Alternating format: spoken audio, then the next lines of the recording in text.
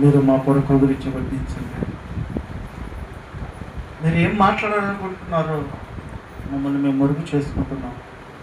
ఆత్మ మా మధ్యలో పనిచేసి మీరే ఈ దినము కావలసిన ఆహారాన్ని మాకు పంచిపెట్టమని యేసు నామం పేరిట ప్రార్థన చేసరికి వేడుకుంటున్నాము తండ్రి. ఆమేన్. హల్లెలూయా. మనము మట్టి నుండి పుట్టిన వారి పోలికను ధరించిన ప్రకారము ఇప్పుడు ఎవరిని పోలి నడవమంటున్నాడు?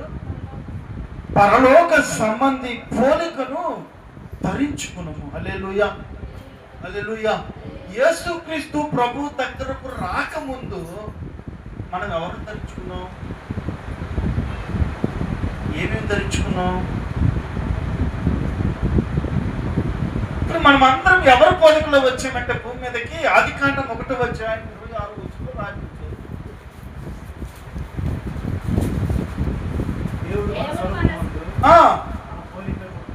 మన పోలిక చొప్పున నరులను చేయును. అంటే ఇప్పుడు ఎవరి పోలిక చొప్పున నిర్మించుకున్నాడు అంటే దేవుడు మనల్ని ఆయన పోలిక చొప్పున నిర్మించుకున్నాడు. ఇప్పుడు చిన్న పిల్లోడిని చూసి మీరేమంటారు? చూసి ఎవరన్నా చిన్న పిల్లలు మంచిగా ముద్దుగా ఉన్నారంటే కింద నుంచి పైదాన్ని చూస్తారు. చూసి అచ్చం వాళ్ళ నాన్న దించి పెట్టాడు అంటారా? వాళ్ళ అమ్మని తీసి పెట్టాడు. ఇప్పుడు దేవుడు అనుకున్నారు, ఇప్పుడు వాళ్ళ ఆకారాన్ని బట్టి ఏమనుకున్నారంటే ఆ స్వరూపాన్ని దించి పెట్టాడు అనుకున్నాం.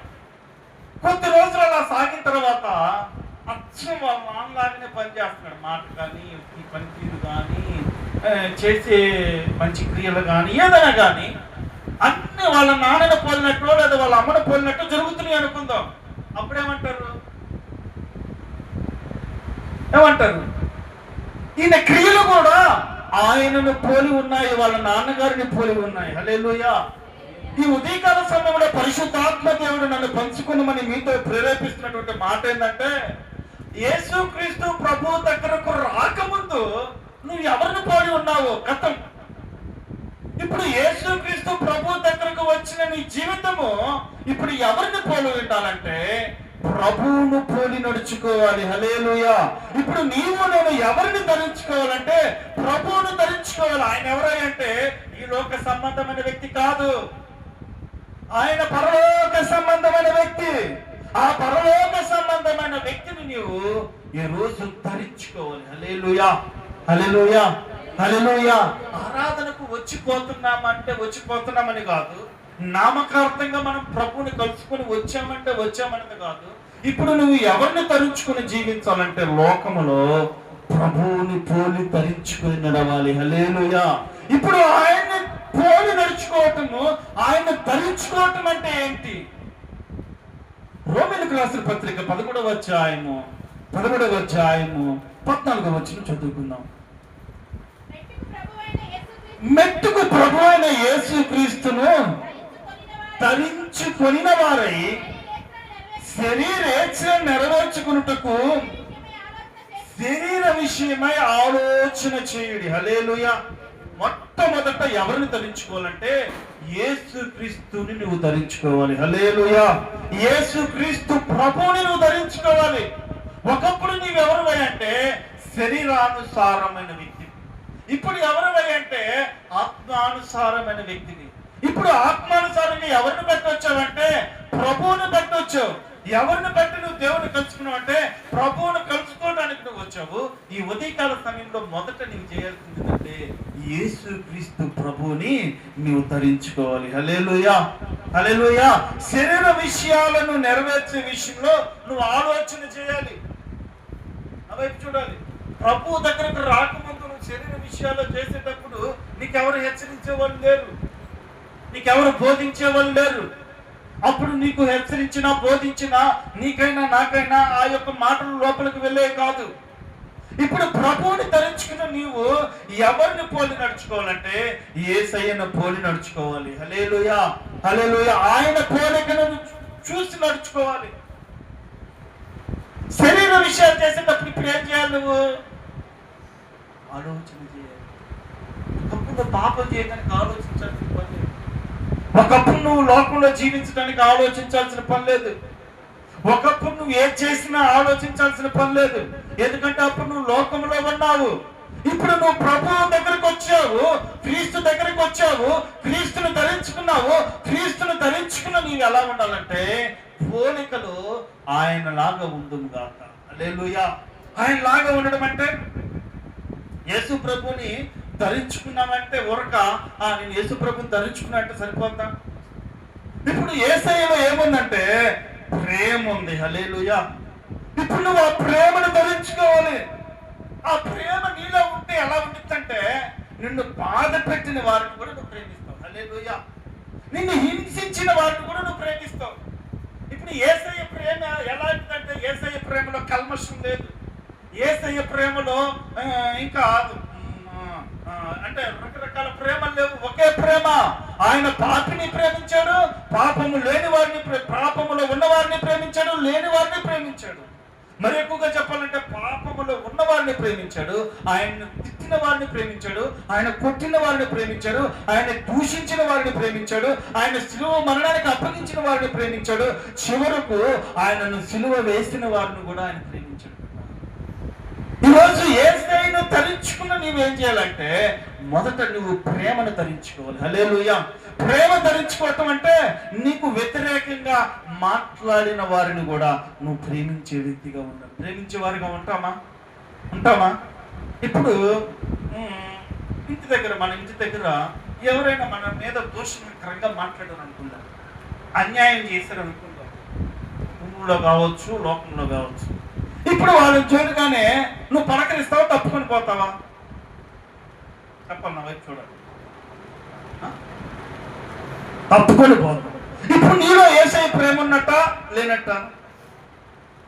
ఇప్పుడు నువ్వు యేసయ్యను ప్రేమిస్తున్న మాట వాస్తవమే అయితే, యేసయ్య ప్రేమ నీలో ఉన్న మాట వాస్తవమే అయితే, యేసయ్యను నువ్వు ధరించుకున్న మాట వాస్తవమే అయితే, నువ్వు ఎదుట కనపడిన వ్యక్తిని ప్రేమించే స్వభావం కలిగి ఉంటావు. నిన్ను బాధ పెట్టిన వారైనా, నిన్ను తిట్టిన వారైనా, నిన్ను దూషించిన వారైనా, నీ మీద అబద్ధపు పలుకులు పలికిన వారైనా, నీ మీద నిందను వేసిన వారైనా సరే, నీకు కనపడకనే వాళ్ళని నువ్వు ప్రేమించాలి. ప్రేమించడం అంటే ప్రభు బిడ్డలకు మనకేం కనపడుతుంది? ఏం చెబుతారు? ప్రభు బిడ్డలుగా ఏం చెబుతారు మీరు? కనపడంలోనే అయ్యా ఇసాకు వందనాలు, అయ్యా బాగున్నావా, అమ్మ వందనాలమ్మ బాగున్నావా, ఎలా ఉన్నావు ఆరోగ్యం, అప్ప నువ్వు అసలు పలకరించి చూడు.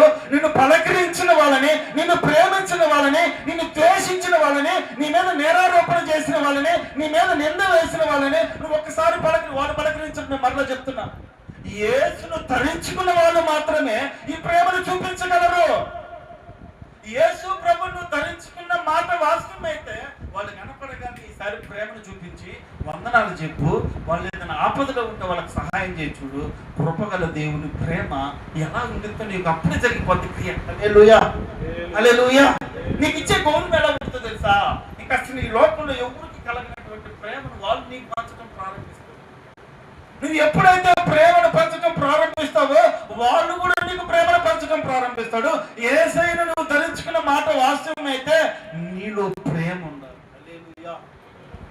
నీలో ఇంకొకటి ఏముండాలంటే విధేయత ఉండాలి. హల్లెలూయా.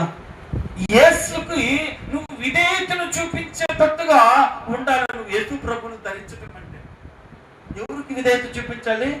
యేసుకు విధేయత చూపించాలి. అంటే దేవుని చిత్తానికి నువ్వు లోపడే వ్యక్తిగా ఉండాలి. హల్లెలూయా. ఎవరి చిత్తానికి? ఇప్పుడు మానవుడుగా మనం పరిశీలించుకుందాం. మనం దేవుని చిత్తానికి లోపడుతున్నామా, మానవుని చిత్తానికి లోపడుతున్నామా? చెప్పన్నమాట. దేవుని చిత్తం ఏంది? ఉదయాన్నే లెగిసి ప్రభువుని కలుసుకోవాలి. దేవుని చిత్తం ఏంది? ప్రతి దినము దేవుని వాక్యం చదవాలి. దేవుని చిత్తం ఏంది? నువ్వు శరీర విషయాలన్నిటిని విడిచిపెట్టి ఆత్మ సంబంధమైన విషయాలు ధరించుకోవాలి. దేవుని చిత్తం ఏంది? ఆ పరలోక సంబంధిని కలుసుకునే వరదాకా ప్రభు దగ్గర నువ్వు నమ్మకంగా బ్రతకాలి. దేవుని చిత్తం ఏంది? నువ్వు రాజ్య సువార్తను విస్తరింపచేయాలి. దేవుని చిత్తం ఏంది? అనేకుల కొరకు విజ్ఞాపన చేయాలి. ఇప్పుడు నువ్వు దేవుని చిత్తాన్ని నెరవేరిస్తే నువ్వు క్రీస్తుని ధరించుకున్నట్టే. హల్లెలూయా. ఇప్పుడు నువ్వు ప్రభువుని ధరించుకున్నావా లేదా నువ్వు పరీక్షించుకోవచ్చు. ప్రభువుని ధరించుకుంటే నీకేం జరిగిందంటే ఉదయం 3 అవగానమ్మో యేసు ప్రభువుని ధరించుకున్నా, నేను ఇప్పుడు లోక సంబంధిని కాదు, నేను 7 గంటల దాకా 6 గంటల దాకా 5 గంటల దాకా నిద్రపోకూడదు, నా ముందు ఒక పని ఉంది, నా కోసము దేవుడు ఒక పని ఇచ్చాడు, నశించిపోతున్న ప్రజలు ఉన్నారు, మా సంఘం ఉంది, మా సంఘ బిడ్డల కోసం విజ్ఞాపన చేయాలి, మా కుటుంబీకుల కోసం విజ్ఞాపన చేయాలి, నశించిపోయే మా రక్త సంబంధికుల కోసం విజ్ఞాపన చేయాలి అని నీకు మొదట ఏం గుర్తుకు రావాలంటే దేవుని ధరించుకున్న నీకు ఒక బాధ్యత గుర్తుకు రావాలి. ప్రభువుకు లోపడటం అంటే ఇది. నువ్వు ఎప్పుడైతే క్రీస్తుకు లోపడతావో నువ్వు దేవుని ధరించుకున్న వ్యక్తిగా కనబడతావు. హల్లెలూయా. అప్పుడు ఏం చేస్తావు తెలుసా? ఒకప్పుడు నువ్వు 7 గంటల దాకా పడుకునేదాన్ని. ఎప్పుడు తల్లి పాస్టర్ గారు ఎప్పుడే దిప్పుగలు కొనుక్కుంటున్నావు అంటారు మీరు. అది చేసి అక్కడ ఉండవుతాను.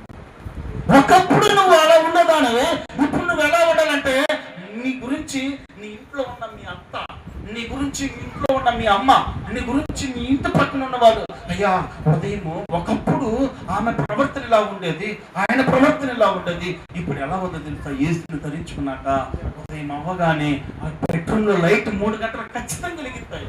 ఆ 3 గంటలకి విజ్ఞాపన ధ్వని వినపడుతూ ఉంటుందయ్యా, అయ్యా బిడ్డ మారిపోయిందయ్యా, ఆ బిడ్డ ప్రేమ ఎలా ఉందంటే దేవుని ధరించుకుని లోపడిపోయిందయ్యా, క్రీస్తుకు లోపడిపోయిందయ్యా, మనుషులకు లోపడతలేదయ్యా అని చెప్పేసి నిన్ను గురించి సాక్ష్యం ఇచ్చే అంతగా నువ్వు జీవించాలి బిడ్డ.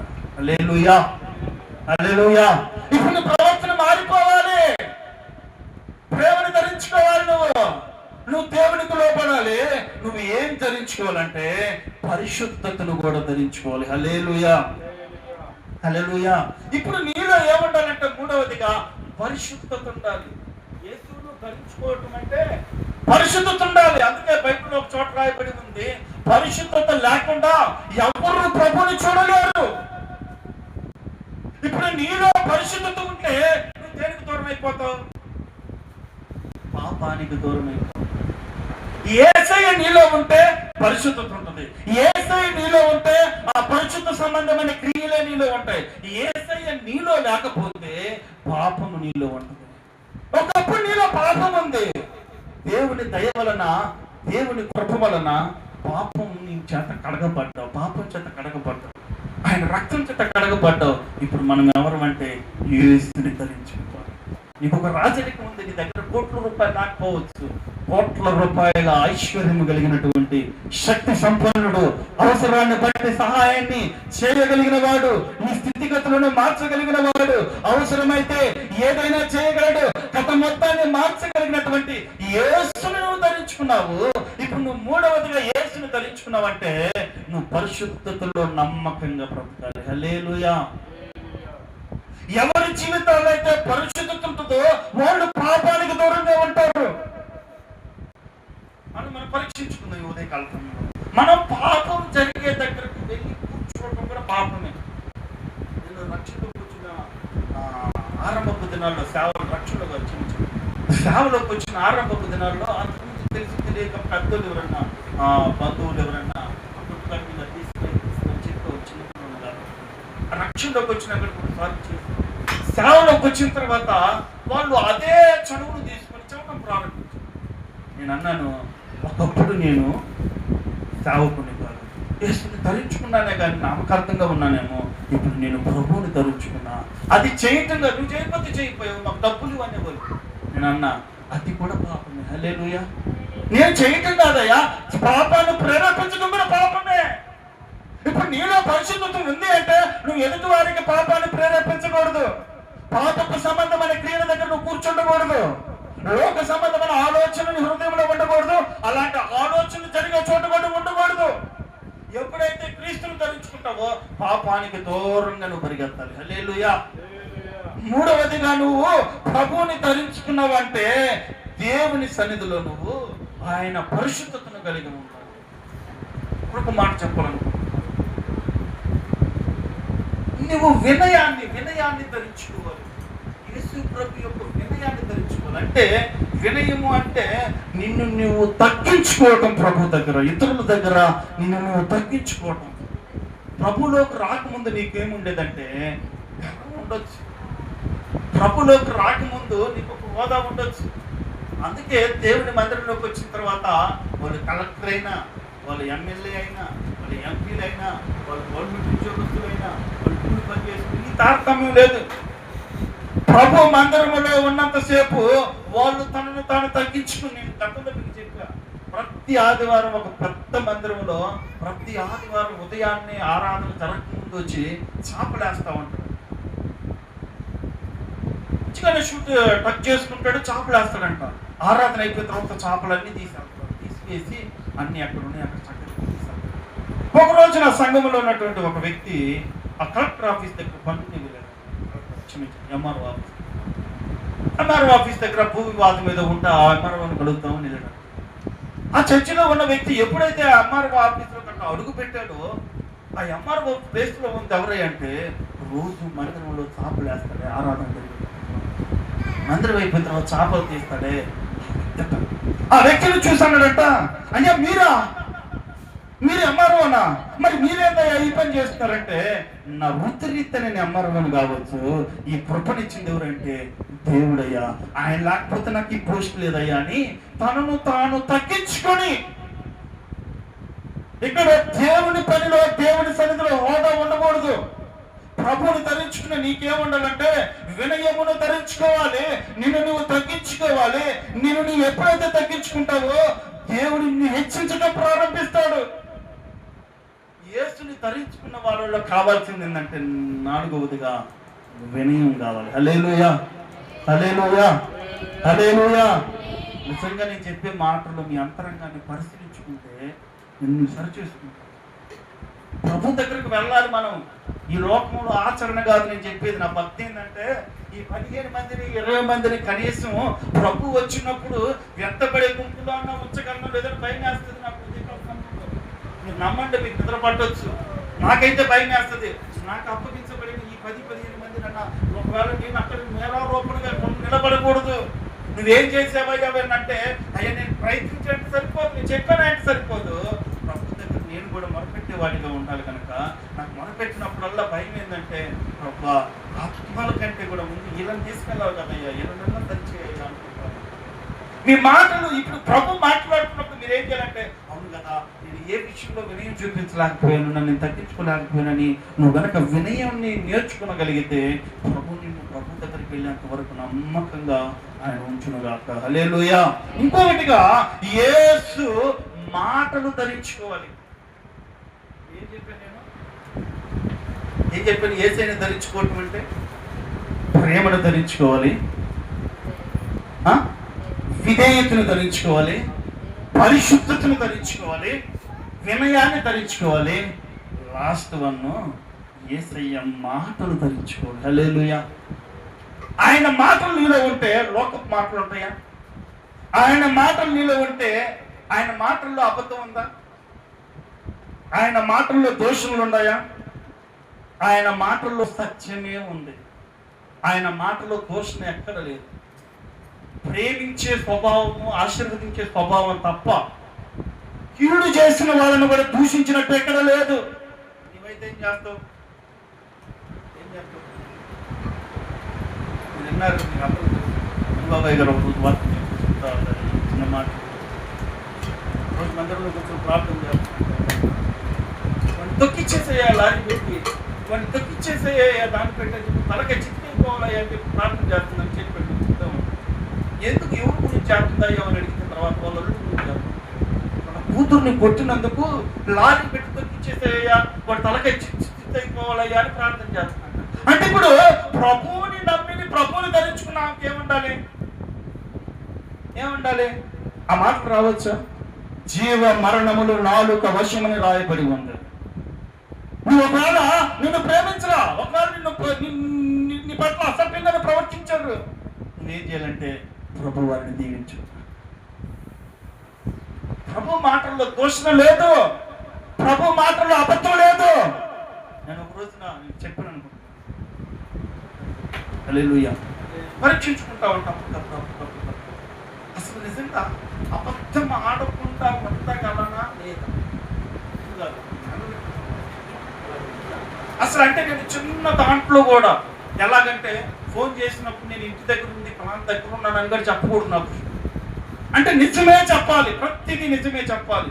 అలా పరీక్షించుకొని చూస్తే నిజంగా చెప్పాలంటే పరిస్థితులు అనుకూలించక ఆ దినాలలో నేను చెప్పాల్సి వచ్చింది. గంటలోనే నేను తీర్మానం చేసుకున్న గంటలోనే ఒక అబద్ధం అది పరిస్థితి. అప్పుడు వెంటనే నేను అనుకున్నాను, నన్ను పరిశుద్ధాత్మతో గద్దిస్తున్నాడు. అరే నేను మానవుణ్ణి, చావకుడైన నువ్వు చేయొచ్చు అంటే నేను మొదట మానవుణ్ణి, నన్ను నేను సరి చేసుకోవాలి. హల్లెలూయా, హల్లెలూయా, హల్లెలూయా, హల్లెలూయా. ఇప్పుడు నువ్వు యేసయ్యను ధరించుకున్న మాట వాస్తవమైతే నీలో నాలో ఏముండాలంటే అబద్ధాలు ఉండకూడదు, సత్యాన్ని పలకాలి. అందుకే గలతీయులకు రాసిన పత్రిక 5వ అధ్యాయము 22, 23 వచనాలు కొన్ని మాటలు ఉన్నాయి. అక్కడ చదివి నేను ముందుకు వెళ్తాను. ఆత్మఫలమేమనగా ప్రేమ, సంతోషము, సమాధానము, దీర్ఘశాంతము, దయాళత్వము, మంచితనము, విశ్వాసము, సాత్వికము, ఆశానిగ్రహము. అక్కడ రాయబడి ఉన్న వాటిని అన్నిటిని కనుక నువ్వు ఫాలో అయితే నువ్వు ప్రభువుని ధరించుకున్నట్టే. హల్లెలూయా. నువ్వు అక్కడ రాయబడి ఉన్న మాటలన్నిటిని కనుక నువ్వు నడవగలిగితే ఈ రోజు నీకు ఇంకా ప్రభువుని ధరించుకుని నడుస్తున్న వ్యక్తివి. హల్లెలూయా. మొట్టమొదట ఏం ధరించుకోవాలి మనం? యేసుక్రీస్తు ప్రభువుని ధరించుకుందాం గాక. ధరించుకున్నారా? అల్లెత్తి చెప్పండి, ధరించుకున్నారా? ధరించుకోలే. ఇంకా మనం ధరించుకున్నాము అంటే ఈ గుణగుణాలు మనలో ఉండాలి. ఆయన ప్రేమ ఉండాలి, ఆయన విధేయత ఉండాలి, ఆయన పరిశుద్ధత ఉండాలి, ఆయన వినయం ఉండాలి, ఆయన మాట ఉండాలి. ఇవి ఎవరెవరిలో ఉంటాయో వారు ప్రభువుని ధరించుకుంటారు కాక. లేకపోతే ఈ దినం నుంచి వీటన్నిటిని నాకు కలుగు చేయని ప్రార్థన చేసుకుని కృపగల దేవుడు సహాయం. హల్లెలూయా. రెండవదిగా ఎఫెసీయులకు రాసిన పత్రిక 4వ అధ్యాయము 24వ వచనం చదువుకుందాం. నీతియు యథార్థమైన భక్తి గలవారై దేవుని పోలికగా సృష్టించబడిన నవీన స్వభావమును ధరించుకోండి అని రాయబడి ఉంది. మొదట ఏం ధరించుకోవాలని చెప్పాను? యేసుక్రీస్తు ప్రభువుని ధరించుకోవాలి. రెండవదిగా నీలో చూడగానే నవీన స్వభావం కనబడాలి. హల్లెలూయా.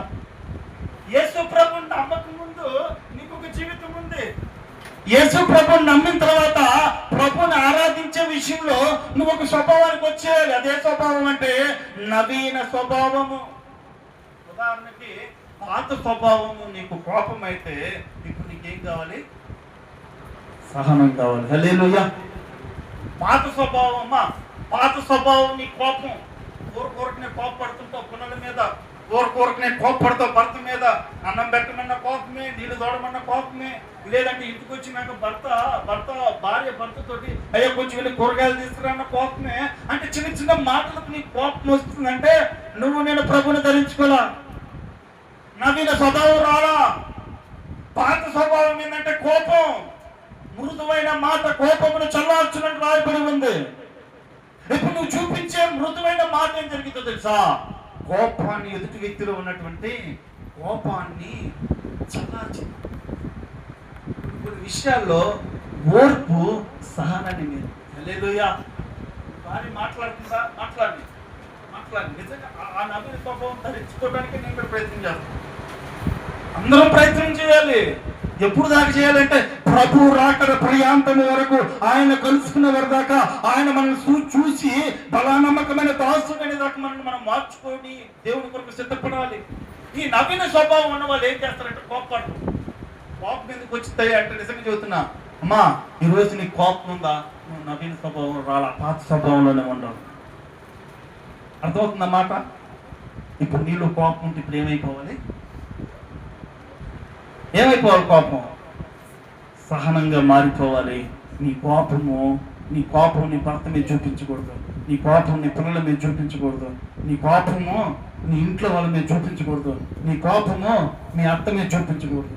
మంచంలో ఉన్న అత్త అంట, కోలా కాస్త మంచినీళ్ళు దా అమ్మా, కోలా కాస్త మంచినీళ్ళు దా అమ్మా. 2 సార్లు ఇంకో కాకేస్తుందంట, వెళ్ళిపోలేదా? మరలా పిలిచిందంట, కోలా కాస్త మంచినీళ్ళు దా అమ్మా. తీసుకొచ్చి అంత పెట్టిందంట. అంత పెట్టి కరోనాలో ఎక్కడెక్కడో చచ్చిపోయారు, నువ్వు చచ్చిపోలేదు. ఏమంటే ఏం పెట్టిందాడా? మంచినీళ్ళు. ఎందుకు? ఏం లేదేమిటి? ఇంట్లో ఉన్న అత్తకి కడవరు మంచినీళ్ళే, నువ్వు మందిరంలోకి వచ్చి ప్రభువా ప్రభువా ప్రభువా ప్రభువా నీ ప్రార్థన ప్రభు వింటారా? నీలో కోపం పోవాలి, లోకం పోవాలి. నేను మరలా చెప్తున్నా, నీలో కోపం పోతే నీలో సహనం వచ్చింది. ఆమె ఎన్నిసార్లు త్యాగేసిన ఓర్పుతో చెప్పమ్మా, ప్రేమ ప్రేమ. మీరు ఎప్పుడు చెప్తున్నారు? ఆమెలో కూడా ఉండాలి, ఆమెలో కూడా ఉండాలి అదే ప్రేమ. ఈమెలో ఏ ప్రేమ కోరుకుంటుందో ఎదుటి వాళ్ళు కూడా ఆ ప్రేమ ఉండాలి. ఇప్పుడు క్రీస్తుని ధరించుకోవడం అంటే అదే కదా. పైకి నేను ప్రభుని ధరించుకున్నా అంటే ప్రేమ చూపించలేని వాళ్ళు ప్రభుని ధరించుకున్నామని ఎలా చెప్పగలరు? కోపాన్ని చూపించే వాళ్ళు ప్రభుని ధరించుకున్నామని ఎలా చెప్పగలరు? నీలో కోపం పోవాలి, నీలో ద్వేషం ఉండకూడదు. ఏముండకూడదు? ద్వేషం ఉండకూడదు. నవీన స్వభావము, పాత స్వభావం నీలో ద్వేషం ఉంటే నవీన స్వభావం నీలో ప్రేమ రావాలి. పాత స్వభావం ఎదుటి వారిని చూసి ద్వేషించేదానివి, సొనిగేదానివి, మాట్లాడేదానివి. ఇప్పుడు ప్రభుని నమ్ముకున్న తర్వాత నవీన స్వభావం ఏమైపోవాలంటే నీ ద్వేషం అంతా ప్రేమగా మార్చబడాలి. నీలో ఏమండకూడదంటే నీలో ఒకప్పుడు పాత స్వభావం అబద్ధం ఉంది, ఇప్పుడు సత్యంలోకి మారిపోవాలి. నువ్వు నవీన స్వభావంలోకి మారటం అంటే ఒకప్పుడు చీటికి మాటికి అబద్ధాలు, ఇప్పుడు సత్యాన్ని మాట్లాడే వ్యక్తిగా నువ్వు మారితే నువ్వు నవీన స్వభావానికి వచ్చేదాన్ని వచ్చినట్లే. నువ్వు భర్త దగ్గర ఆడిన అబద్ధాలు, భార్య దగ్గర ఆడిన అబద్ధాలు, తల్లిదండ్రుల దగ్గర ఆడిన అబద్ధాలు, సేవకుని దగ్గర ఆడిన అబద్ధాలు, ఇవన్నీ నువ్వు మనుషులు తప్పు పెట్టొచ్చావు. కానీ దేవుడు చూస్తున్నాడు, పైన దేవుడు పరిశీలిస్తున్నాడు. ఆయన మాత్రం నువ్వు మబ్బు పెట్టలేవు. ఈరోజు నువ్వు నవీన స్వభావంలోకి రావాలి. నీలో పాత స్వభావం అహంకారము, ఇప్పుడు నీలో వినయం రావాలి. నవీన స్వభావం అంటే నీకు ఒకప్పుడు అహంకారం ఉండేది, ఇప్పుడు నువ్వు మార్చబడాలంటే నీలో వినయం రావాలి. ఒకప్పుడు నీకు క్షమించలేకపోవటం ఉంది. నేను దేన్నైనా క్షమిస్తాను, కానీ చీటికి మాటికి నా మీద దెబ్బేస్తే నేను ఊరుకోను. ఊరికే దెబ్బేస్తే చీటికి మాటికంటే నేను ఊరుకోను. నేను ఇది నీ పాత స్వభావం. ఇప్పుడు నవీన స్వభావం ఏం రావాలి తెలుసా? నీ ఎదుటోడు నిన్ను ద్వేషించిన ప్రభువారు సహించాడు, ప్రభువారు వారిని క్షమించాడు. ఏం చేసి తెలుసా? తండ్రి వీరేమి చేయించున్నారో వీరు ఎరుగురు గనుక వీరిని క్షమించుడే. ఇప్పుడు ప్రభుని ధరించుకోవటం అంటే ఏం రావాలమ్మా? నీకు నవీన స్వభావం రావాలంటే నువ్వు క్షమించగలిగే గుణం రావాలి. నీ పాత స్వభావం చెడు మాట్లాడటం అయితే ఇప్పుడు నీ కొత్త స్వభావం ఏంటో తెలుసా? కృప కలిగి మాట్లాడటం. హల్లెలూయా. నీ పాత స్వభావం ఏంటంటే చెడు మాటలు మాట్లాడుతావు. ఇప్పుడు నవీన స్వభావం ఏం రావాలంటే కృప కలిగిన మాటలే నీ నోటికి రావాలి. హల్లెలూయా. మందిరానికి వస్తున్న నీ నోటి నుంచి ఏ మాటలు రావడదా?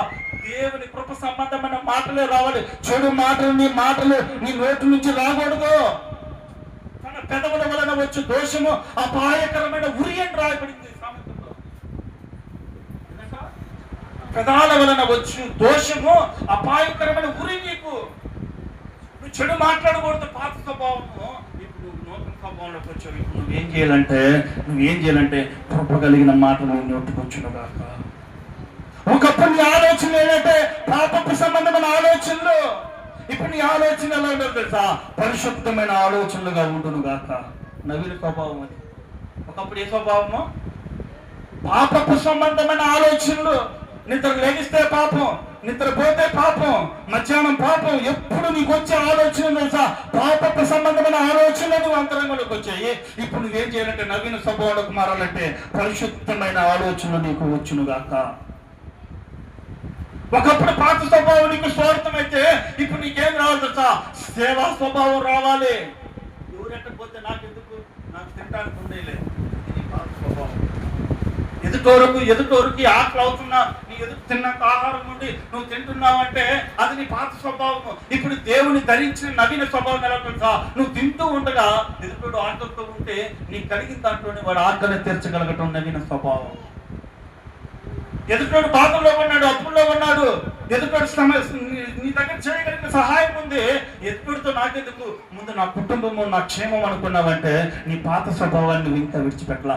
నవీన స్వభావంలోకి రావటం అంటే ఎదుటోడు బాధను కూడా నీ బాధనుగా అంగీకరించడమే నవీన స్వభావం. ఇప్పుడు నువ్వు క్రీస్తుని ధరించావంటే నవీన స్వభావంలోకి రావాలి. నీ పాత స్వభావం తెలుసా? లోకానుసారమైన చిత్తము. నవీన స్వభావం మీద దేవుని చిత్తాన్ని నువ్వు జరిగించాలి. హల్లెలూయా. నువ్వు లోకంలో ఉన్న లోకానుసారమైన చిత్తంగా నడిచావు, ఇప్పుడు నువ్వు నవీన స్వభావంలోకి వచ్చావంటే, నవీన స్వభావాన్ని ధరించుకున్నావు అంటే దేవుని చిత్తం ఏదో తెలుసుకొని నువ్వు నడవటం ప్రారంభం. ఒకప్పుడు నీ మీద నువ్వు నమ్ముకున్నావు, నీ ప్రజల మీద నువ్వు నమ్ముకున్నావు. ఇప్పుడు నవీన స్వభావం అంటే దేవుని మీద నమ్మకం కలిగి నువ్వు జీవించాలి. హల్లెలూయా. ఒకప్పుడు నీ శక్తిని నమ్ముకున్నావు, ఒకప్పుడు నీ ఉద్యోగాన్ని నమ్ముకున్నావు, ఒకప్పుడు నీ బలాన్ని నమ్ముకున్నావు, ఒకప్పుడు నీ బంధువర్గాన్ని నమ్ముకున్నావు, ఒకప్పుడు నీ సంఘర్షణ నమ్ముకున్నావు, ఒకప్పుడు నీ భర్తను నమ్ముకున్నావు. ఇప్పుడు నువ్వు ప్రభువులోకి వచ్చిన తర్వాత నవీన స్వభావం ఏంటంటే నీ నమ్మకమే క్రీస్తు అయి ఉండును గాక. ప్రభువుని నమ్ముకోవడం అంటే ఇది నవీన స్వభావం ధరించడం అంటే. ఎప్పుడు ఆ పాత స్వభావాన్ని పెట్టుకుని ప్రభువుని ధరించాను, ప్రభువుని నమ్మాను, ప్రభువుని నాలో ఉన్నానంటే కుదరదు. నీ క్రియల్లో కనబడాలి. ఇప్పుడు నేను చెప్పబడిన 10 మాటలు చెప్పే దాదాపుగా మీరు పాత స్వభావాన్ని కొత్త స్వభావాన్ని కొంచెం 10 మాటలు దాకా చెప్పి ఇంచుమించు 9 లేక 10 చెప్పారు.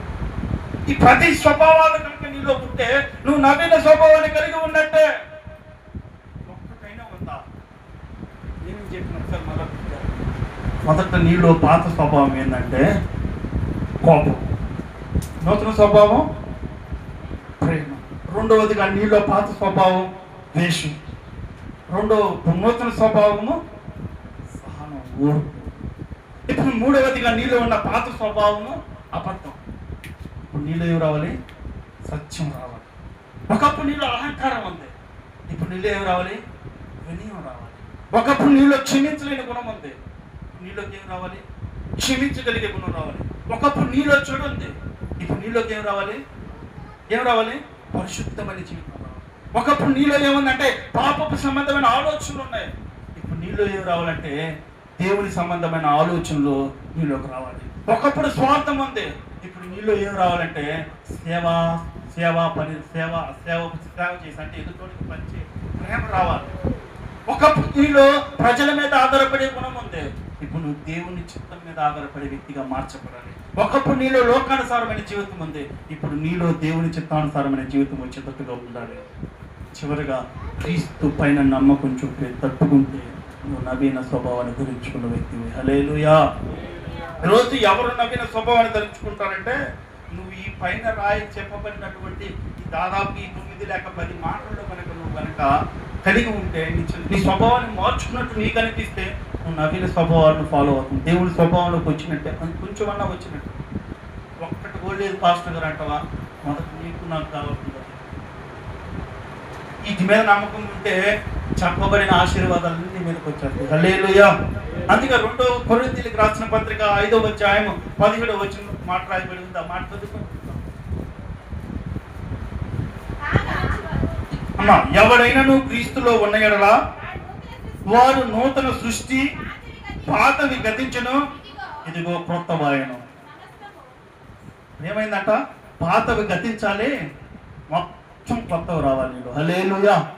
ఎప్పుడు నువ్వు క్రీస్తులో ఉన్నవాడివైతే, క్రీస్తులో ఏడున్నానంటారా? క్రీస్తులో లేకపోతే ఇంక 18కి ఇది అంతెందుకు? అన్యుల మాదిరిగా మనం కూడా కష్టపడి సంపాదించుకుంటుంటాం. వాళ్ళకి రాకుండా వాళ్ళకి కావాల్సింది లోక సంబంధమైన ఆశీర్వాదం కంటే ముందు కావాల్సింది ఈ స్వభావాన్ని మార్చుకుని ప్రభువుని పోలి నడుచుకునే వ్యక్తులుగా ఉండాలి. హల్లెలూయా. హల్లెలూయా. ఏం చెప్పాను? ఇప్పుడు 2 మాటలు చెప్పి ఏమేంటి? రాసుకోలేకపోయినట్టు ఏమేం చెప్పాను? ప్రభువుని ధరించుకోవటం అంటే ఆయన పోలి నడుచుకోవటం అంటే క్రీస్తుని ధరించుకోవటం. రెండవదిగా నవీన స్వభావంలోకి రావాలి. మూడవదిగా కొలస్సీలకు రాసిన పత్రిక 3వ అధ్యాయము 12 నుంచి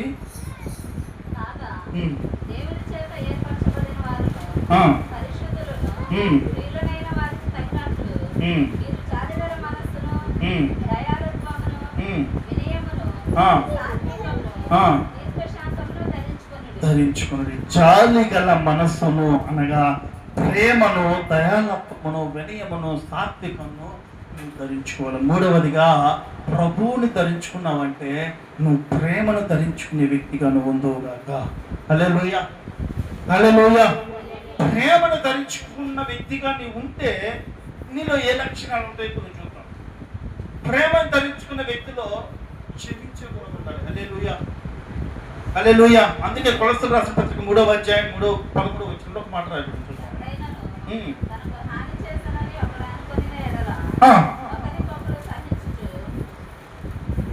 3:13 ఎవరైనాను తనకు హాని చేసిన ఒకరినొకడు అనుకుని నెడల ఒకరినొకడు సహించుచు ఒకరినొకడు క్షమించుడు అని రాయబడింది. అంటే నీలో ప్రేమ ఉంది అనడానికి నీకు ఎవరైనా హాని చేయడానికి వస్తే నువ్వు క్షమించగలుగుతావు. హల్లెలూయా, హల్లెలూయా. ఇది నువ్వు క్షమాపణ గుణం కనుక కలిగి ఉంటే నువ్వు ప్రేమను ధరించుకున్నట్టే. యేసయ్య ప్రేమ నీలో ఉంటేనే క్షమాపణ వచ్చింది. కఠినాత్మకు ఉండితా, క్రూరులకు ఉండితా, లోకానుసరమైన వ్యక్తులకు ఉండితా, దేవుని ప్రేమ తెలియని వాళ్ళకు ఉండితా అంటే ఒకప్పుడు నీకు నాకు అవేమి లేవు. ప్రభువుని ధరించుకున్న తర్వాత నువ్వు నీలో ఉండాల్సింది ఏంటంటే క్షమించే గుణం ఉండాలి. రెండవదిగా నీలో ఏముండాలంటే ఇతరుల కొరకు ప్రార్థించే గుణం ఉండాలి. హల్లెలూయా. ఇతరుల కొరకు ప్రార్థించాలి. ఎలాగంటే మత్తయి రాసిన సువార్త 5వ అధ్యాయం 44వ వచనం. 5వ అధ్యాయం 44వ వచనం.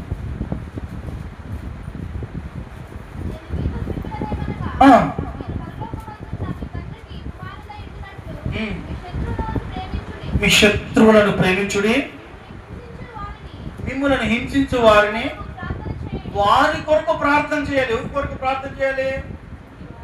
మిమ్మల్ని బాధించే వారి కొరకు ప్రార్థన చేయాలి. నీలో ప్రేమ ఉందంటే ఎవరు శత్రువు అయితే వాళ్ళ గురించి ప్రార్థన చేయాలి. ఏంటయ్యా అంటే వాళ్ళని దీవించు ప్రభు, వాళ్ళ మనసును మార్చేయ, వాళ్ళని ఆశీర్వదించాలి. ఇది ప్రేమ, దేవుని ప్రేమ. ఇప్పుడు నువ్వు ఎవరి కోసం చేస్తావు అంటే మనం ప్రార్థన మొదలుపెట్టింది కానీ ఎవరి కోసం చేస్తాం? నన్ను దీవించు, కుటుంబాన్ని దీవించు, మా ఇంటిని దీవించు, మా సంఘాన్ని దీవించు, దించు దించు దించు దించు దించు దించు దించు దించు. ఇక మన గురించి మనం చేసుకోవటమే కానీ మనల్ని ప్రేమించలేని వారి కోసం కూడా విజ్ఞాపన చేయగలిగితే ప్రభు ప్రేమను ధరించుకున్న వ్యక్తిగా ఉందో కాక. హల్లెలూయా. దేవుని ప్రేమను ధరించుకోవటం అంటే నువ్వు క్షమించే గుణం కలిగి ఉండాలి. దేవుని ప్రేమను ధరించుకోవటం అంటే నువ్వు ఇతరుల కోసం ప్రార్థన చేసే వ్యక్తిగా ఉండాలి. దేవుని ప్రేమను ధరించుకోవటం అంటే నువ్వు ఇతరులకు సహాయం చేసే విషయంలో నువ్వు చేతనైనంత సహాయం చేసే వ్యక్తిగా ఉంటే ఆయన ప్రేమను చూపించే వ్యక్తిగా ఉంటావు. ఇతరులకు సహాయం చేసే విషయంలో నీలో ఉన్న అసూయని తొలగించుకొని, ద్వేషాన్ని తొలగించుకొని, ద్వేషాన్ని విడిచిపెట్టి ఎదుటి వారి పట్ల అంటే ఇంకో మాట చెప్పాలంటే ఎదుటి వారి ఎదుగుదలను చూసి నువ్వు ప్రేమించలేక ద్వేషాన్ని పెంచుకోవటం కూడా నీలో ప్రేమ లేదే. నీ కళ్ళ ముందు నీకంటే చిన్నవాళ్ళు పెద్దవాళ్ళు ఎదుగుతున్నారు అనుకో, వాళ్ళని చూసి నువ్వు ఏమి చూపించాలంటే నువ్వు నీ నోట ఆనందమే రావాలి కానీ వాళ్ళని చూసి నువ్వు ద్వేషించే స్వభావం రాకూడదు. చూడు, ఈమె చూడు, ఆడు చూడు, నిన్న కాక మొన్న వచ్చాడు, ఇది రాకూడదు నీ నోట. ఒకవేళ వాళ్ళు నీకంటే వెనకున్న వాళ్ళు దేవుడు దీవించాడు కనుక, వాళ్ళని దేవుడు దీవించాడని కనుక నువ్వు సంతోషించి అభివృద్ధిని చూసి సంతోషించినట్లయితే ఆ దీవెన నీ మీదకి రావడానికి ప్రయత్నం చేసి, నువ్వు వాళ్ళని చూసి అసూయ ద్వేషాన్ని ఎప్పుడైతే పెంచుకుంటావో నీలో ప్రేమ లేదు. ఇంకో మాట చెప్తా, తప్పును సరిదిద్దటము ప్రేమ. ప్రేమతో తప్పును సరిదిద్దాలి, తప్పును ప్రోత్సహించడం కాదు ప్రేమ. చిన్నపిల్లలు తప్పు చేస్తున్నాడు, వాడిని సరిదిద్దుతావా ప్రోత్సహిస్తావా? ఏమ్మా, సరిదిద్దటమే ప్రేమ, ప్రోత్సహించడం ప్రేమ కాదు. ఇప్పుడు నువ్వు ఎదుటి తప్పు చేస్తున్నావు అనుకో, సరిదిద్దటానికి ప్రయత్నం చేయాలి. విశ్వాసిగా, ఒక సేవకునిగా, ఒక దేవుడిని నమ్మిన వ్యక్తిగా, ఒక ప్రభువుని నమ్మిన వ్యక్తిగా నువ్వేం చేయాలంటే ఎదుటోళ్ళు ఒకవేళ నీ కళ్ళ ముందు పాపం చేస్తుంటారు, తప్పు అమ్మ అని చెప్పాలి. కానీ వాళ్ళు లేకపోతే నాకెందుకు అన్నట్టు అవసరమైతే కొంతమంది మధ్య కొంచెం ప్రోత్సహించి ముందుకు తీసుకెళ్తున్నారు. ఇప్పుడే కదా అమ్మ నువ్వు వచ్చింది, నీకు ఇంకా వయసు కానీ అంటున్నారు. చెప్పగలవా వయసు 70-80 సంవత్సరాలు ఉండిద్దని? నువ్వేమైనా రాసి పెట్టావా వయసు ఉండిద్దని? ఈ వయసులోనే ప్రభు మనం తీసుకెళ్తాను నువ్వు చెప్పగలవా? భూమి మీద నీ ప్రాణం ఎంత బట్టిగా అంటే ఇంతలో కనబడి అంతలో మాయమయ్యే ఆదురు లాంటిది మన ప్రాణం. ఈ క్షణం ఇంటికి వెళ్ళిన తర్వాత మన ఊపిరి ఉండితో పోయిందో కూడా తెలియని ప్రపంచంలో మనం బ్రతుకుతున్నాము. ఇప్పుడు నువ్వు ఎలా ఉండాలంటే ఎదుటి వారు తప్పు నీకు కనబడితే అమ్మ అది తప్పు అమ్మ, ప్రభు దగ్గరకు వచ్చి నువ్వు ఈ గుణాలు నీలో ఉండకూడదమ్మా అని నువ్వు సరిచేయటం చేయాలి. కానీ ఇంక ఇప్పుడే కదా వచ్చింది, మరలా చెప్తున్నా, రేపేమి జరుగునో నీకు నాకు తెలియదు కనుక ఈరోజే ప్రభు దగ్గరకు వచ్చి నువ్వు సరి చేసుకొని ప్రభుని సొంత రక్షకునిగా అంగీకరించేటట్టుగా నీవు ఉంటుగాక. ప్రేమ నీలో ఉంచటం అంటే ప్రతిఫలం ఆశించకుండా ఎదుటిని సహాయం చేసి ప్రేమించడం. ఎదుటిని ప్రేమించే విషయంలో, సహాయం చేసే విషయంలో ప్రేమ నీలో ఉందంటే ప్రతిఫలం ఆశించకూడదు. నేను ఇప్పుడు రోడ్డు మీద వెళ్తా ఉన్నాను, ఒకవేళ ఏదైనా సహాయం అవసరమైంది, ఇప్పుడు నేను 100 రూపాయలు సహాయం చేస్తే నాకు 1000 రూపాయలు ఇస్తారని మనం ఆశించకూడదు. అది దేవుని ప్రేమ కాదు. ఏమి ఆశించి నీకు నాకు విలువైన రక్తాన్ని చెందించాడు బిడ్డ. ఆయన ప్రేమ ఏంటంటే వీళ్ళందరూ నరకానికి వెళ్ళకూడదండి. మనందరి వల్ల ఆయనకి ఏమైనా వచ్చిందా? నిన్ను నన్ను రక్షించుకోవటం వల్ల ఆయనకి ఏమైనా వచ్చిందంటే ఏమి రాదు. ఇప్పుడు నీలో ఏముండాలంటే ప్రతిఫలము ఆశించని ప్రేమ కనపడాలి ప్రభువుని ధరించుకోవటం అంటే. ప్రతిఫలం ఆశించకుండా అంటే నేను ఇంకో మాట చెప్పాలంటే, నువ్వు ప్రభువుకి చేసేటప్పుడు కూడా చేస్తే చేస్తాడు అన్నట్టు ఉండకూడదు. నేను ప్రభువుకి ఇస్తున్నాను ఇవన్నీ అని ఆయనకి స్తోత్రం. చూస్తూ ఉంటాడు ఆయన. చూసేవాడు కాదు నా దేవుడు, సహాయాన్ని పంపించేవాడు, సహాయాన్ని చేసేవాడు. హల్లెలూయా, హల్లెలూయా. ఇప్పుడు నువ్వు ప్రేమను ధరించుకోవటం అంటే నీకు క్షమించే గుణం ఉండాలి. ప్రేమను ధరించుకోవటం అంటే నువ్వు ఇతరుల కోసం ప్రార్థన చేసే గుణం ఉండాలి. ప్రేమను ధరించుకోవటం అంటే సహాయం చేసి అవసరాల్లో ఉన్న వారికి సహాయం చేసే వ్యక్తిగా ఉండాలి. ప్రేమను ధరించుకోవటం అంటే నీలో అసూయ ఉండకూడదు. ప్రేమను ధరించుకోవటం అంటే నువ్వు తప్పును సరిచేసేవాడిగా ఉండాలి, కానీ తప్పును ప్రోత్సహించేవాడిగా ఉండకూడదు. నువ్వు ప్రేమను ధరించుకోవటం అంటే ఎలా ఉండాలంటే ప్రతిఫలము ఆశించి పని చేయకూడదు. చివరిగా యోహాను రాసిన సువార్త 13వ అధ్యాయము 34వ వచనం చదువుకుని ముందుకు వెళ్దాం.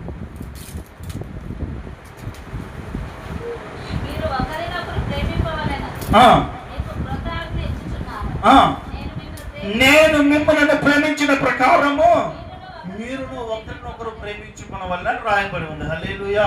ఇప్పుడు యేసయ్యని ధరించుకోవడం అంటే మూడవ స్వభావం ఏంటంటే ఏం కావాలి? ప్రేమను ధరించి. ఏ ప్రేమ?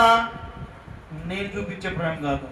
నేను మిమ్మల్ని ప్రేమించిన ప్రకారము మీరు కూడా ప్రేమించాలి అని రాయబడి. ఒకరినొకరు ప్రేమించుకోవాలి. ఆయన ఏ ప్రేమ చూపించాడు చెప్పకుండా? యేసయ్య ఏ ప్రేమ చూపించాడు? మీరందరూ పండితులు, మీరందరూ ప్రతిరోజు ఉదయాన్నే అధ్యాయాలు బైబిల్ చదువుతారు కదా. చదివేవారు మీకు నేను చెప్పకుండా దేవుని ప్రేమను గురించి నువ్వు ఎంతగా దేవుని ప్రేమను ధరించుకుంటావో అంతగా నువ్వు క్రీస్తుని పోలి నడుచుకున్నట్టు, క్రీస్తు పోలికను పోలి నడుచుకున్నట్టు. లాస్ట్ వన్, నీ జీవితంలో వినయాన్ని ధరించు.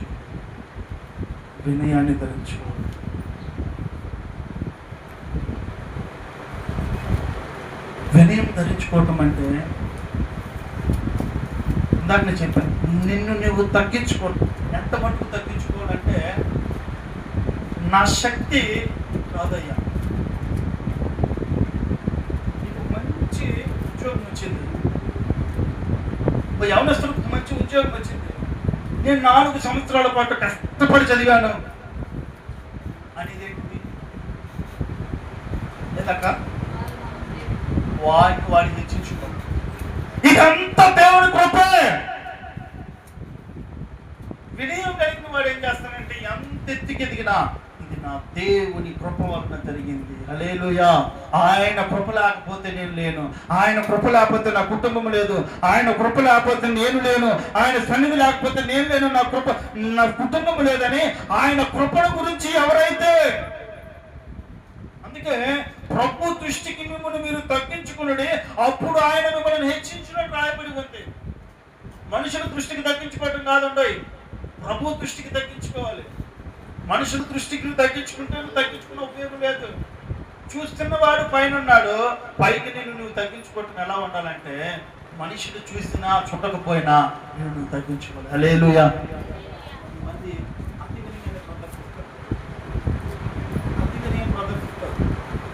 వచ్చినప్పుడు వంటలు జరిగించినప్పుడు మంచం దిగి తొందరగా కూర్చున్నప్పుడు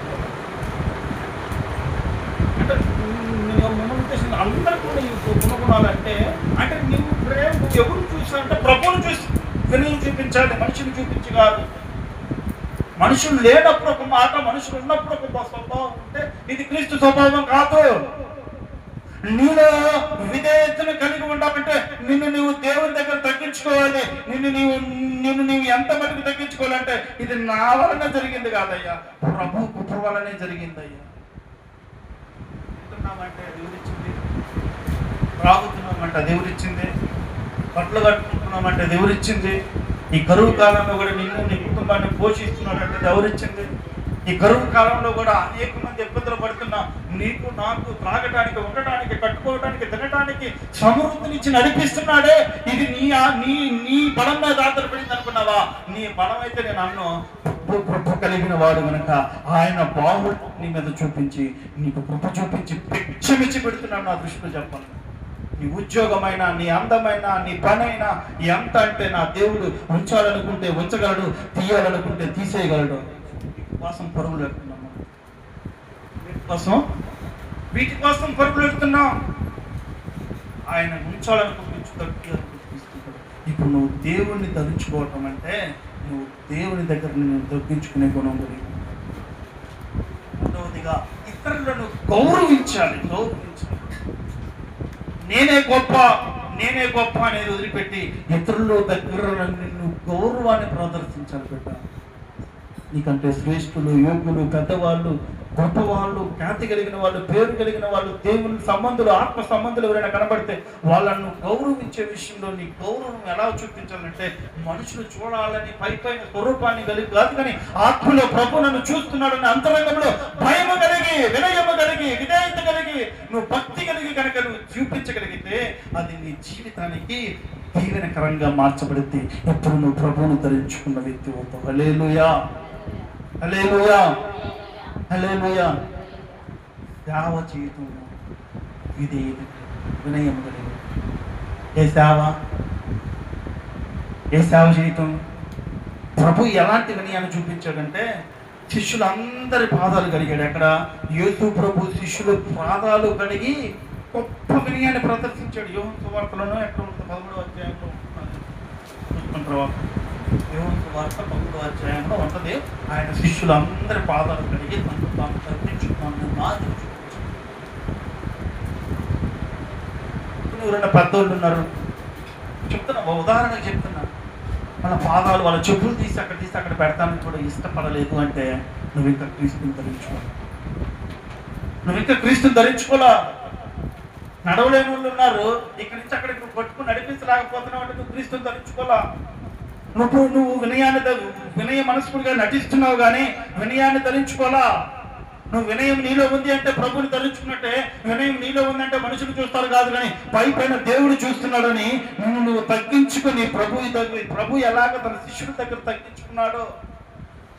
ఎంత పాఠకారివైనా, నువ్వు ఎంత వాక్యం చెప్పేవాడివైనా, నువ్వు ఎంత బైబిల్ చదివిన వ్యక్తివైనా నువ్వు ఎలా ఉండాలంటే ఎదుటి వాళ్ళ దగ్గర నువ్వు వినయ మనస్కుడివై. అందుకే ఫిలిప్పీయులకు రాసిన పత్రిక 2వ అధ్యాయం 3వ వచనంలో ఒక మాట రాయబడింది. చూద్దాం అన్నమాట.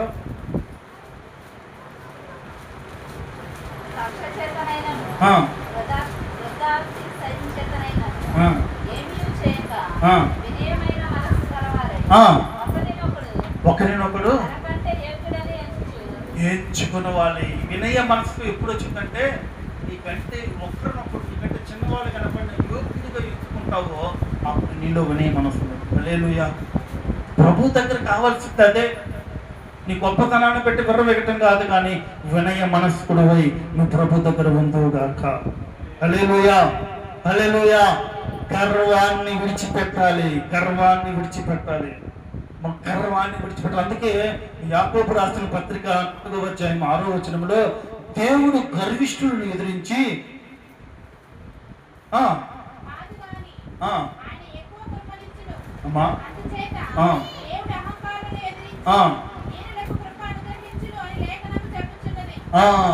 ఏంటంట? అహంకారులను ఎదిరించి నేను నాకు కృప చూపిస్తాడట దేవుడు. 4వదిగా ఎవరు వినయ మనస్సు కలిగి అహంకార మనస్సును విడిచిపెడతారు, గర్వ స్వభావాన్ని విడిచిపెడతారు, అలాంటి దీన మనస్సు కలిగిన వారిని దేవుడు కృప చూపించబోతున్నాడు. ఈరోజు దేవుని కృప కావాలంటే వినయ కావాలి. దేవుని కృప కావాలంటే నేను తగ్గించుకునే మనసు కావాలి. దేవుని కృప కావాలంటే ఎదుటి వారి దగ్గర నేను తగ్గించుకోవాలి. దేవుని కృప నీకు కావాలంటే క్షమాపణ కూడా అడగగలగాలండి. చిన్న పెద్ద లేదు, తప్పు జరిగిందా అయ్యా నన్ను క్షమించు మనస్ఫూర్తిగా. హల్లెలూయా. ఈ స్వభావం ఎవరికి వచ్చిందంటే దేవుని బిడ్డలకు మాత్రమే వచ్చింది. చిన్నవాడివైనా పెద్దవాడివైనా తప్పు జరిగిందా నీ దగ్గర నుంచి వెంటనే నన్ను క్షమించు అనే స్వభావం నీలో ఉందంటే నువ్వు వినయ మనసు. మంది తప్పు అని తప్పు అయిపోయింది అని ఒప్పుకోలేరు. పొరపాటు జరిగిన తప్పు అని క్షమించు అంటే కోపంతో ఉన్న ఎదుటి వ్యక్తి మనస్సు కోపాన్ని చల్లార్చుకుంటాడు. నీ దగ్గరికి ఆవేశంగా వచ్చాడు అనుకో, నా మీద అలా చెప్పు ఇలా చెప్పు నా పొరపాటు అయిపోయిందమ్మా, ఏదో నోటి తొందర వల్ల నేను మాట్లాడానమ్మా నువ్వు మనకు అనగలిగేవనుకో, నీ దగ్గరికి ఎంత కోపంతో వచ్చినా ఆ వ్యక్తి ఏం చేస్తాడు, ఎంత వినయ మనసు వెళ్ళిపోతాడు. తప్పు అయిపోయిందని ఒప్పుకుంది కదా ఇంకేమంటారు అని చెప్పేసి తను తగ్గించుకుని వెళ్ళిపోతుంటాడు. అయితే ఏంటంట చెప్పాను ఏం చేయమంటావు అని మాట్లాడు. రక్షణ ఏమవుతుంది? ఏమైందంట, పిల్లలు ఉన్నారు, చేశానమ్మా తప్పు అయిపోయిందమ్మా, చేశాను నాన్న తప్పు అయిపోయిందంటే ఓకే.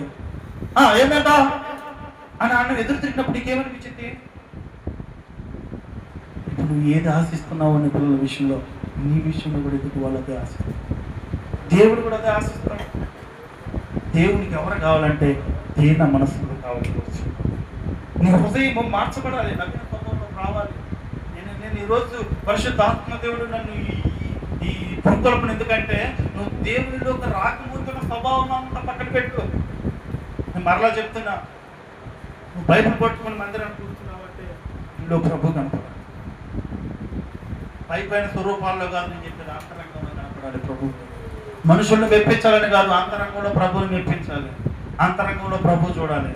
నేను చేస్తున్నాను 3 గంటలు కానీ పైకి మెప్పించడం కాదు, అంతరంగంలో ప్రభు చూడాలి. ఈ బిడ్డ నమ్మకం కలిగిస్తుంది, ఆ భయం నీలోకి రావాలి.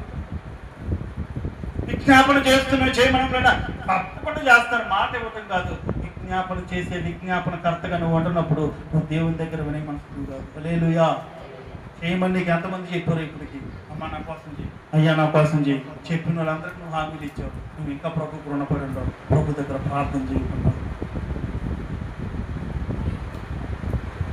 వినయ మనసుకుడు అంటే మాట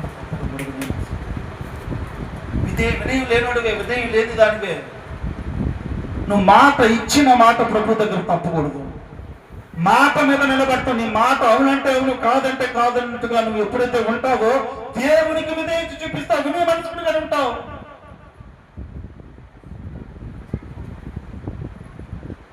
నేను వస్తానన్నట్టు ఆయనకు రాకపోతే మీరేమంటారు?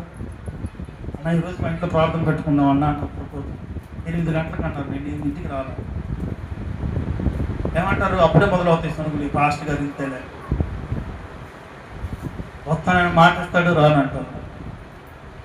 ఇట్లాంటి స్వభావం నాలో నీలో ఉండకుండా ఉండదు. నువ్వు నిజంగా దేవుడి ప్రేమను కలిగి ఉంటే ఆడుంటాడులే పాపం ప్రార్థన చేయటం ఉంటాడు వస్తాలని సనుగకుండా అలయకుండా నువ్వు ప్రార్థన చేయటం ప్రారంభిస్తావు. ఎక్కడున్నాడు త్వరగా నడిపించే ఆ సేవకున్నాడు. ఎగ్జాంపుల్ చెప్పంతే. నీలో వినయ మనసు కావాలి, ప్రేమ కావాలి, నవీన స్వభావం కావాలి, క్రీస్తుని గురించుకోవాలి. ఈ 4 గుణగుణాలు, నేను 4 చెప్పాను, ఇంకా చాలా ఉంటాయి. పోతే ఈ 4 గుణగుణాలు కనుక కలిగి ఉంటే నువ్వు ప్రభువును పోలేదు. హల్లెలూయా, హల్లెలూయా. నన్ను చూసి అచ్చం నీలాగా ఉండడం అబ్బాయి నాలో ఉన్న పోలిక ఆకారం కాదు, గుణగుణాలు కూడా రావాలి. నీలో ప్రేమ ఉందా? కొద్దిలో ప్రేమ లేదు నీలో.